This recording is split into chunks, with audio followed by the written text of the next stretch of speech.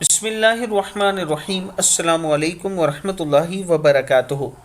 زینب T V کی طرف سے آج میں اپنے دوستوں کو اسم اعظم کا فائدہ بتاؤں گا۔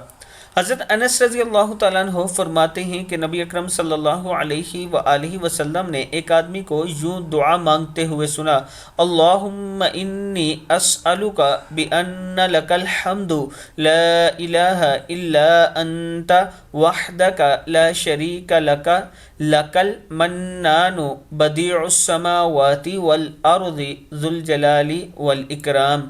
یا اللہ، میں تجھ سے سوال کرتا ہوں کیونکہ ہر طرح کی حمد تیرے ہی لیے ہے، تیرے سوا کوئی معبود نہیں، تو اکیلا ہے، تیرا کوئی شریک نہیں، تو احسان فرمانے والا، زمین اور آسمان کا پیدا کرنے والا ہے۔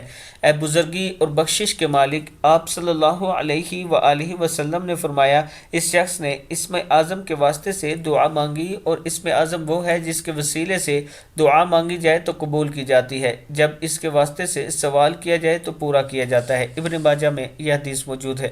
میں اپنے دوستوں سے گزارش کروں گا کہ اس پر آپ دوستوں نے ضرور عمل کرنا ہے۔ السلام علیکم ورحمۃ اللہ وبرکاتہ۔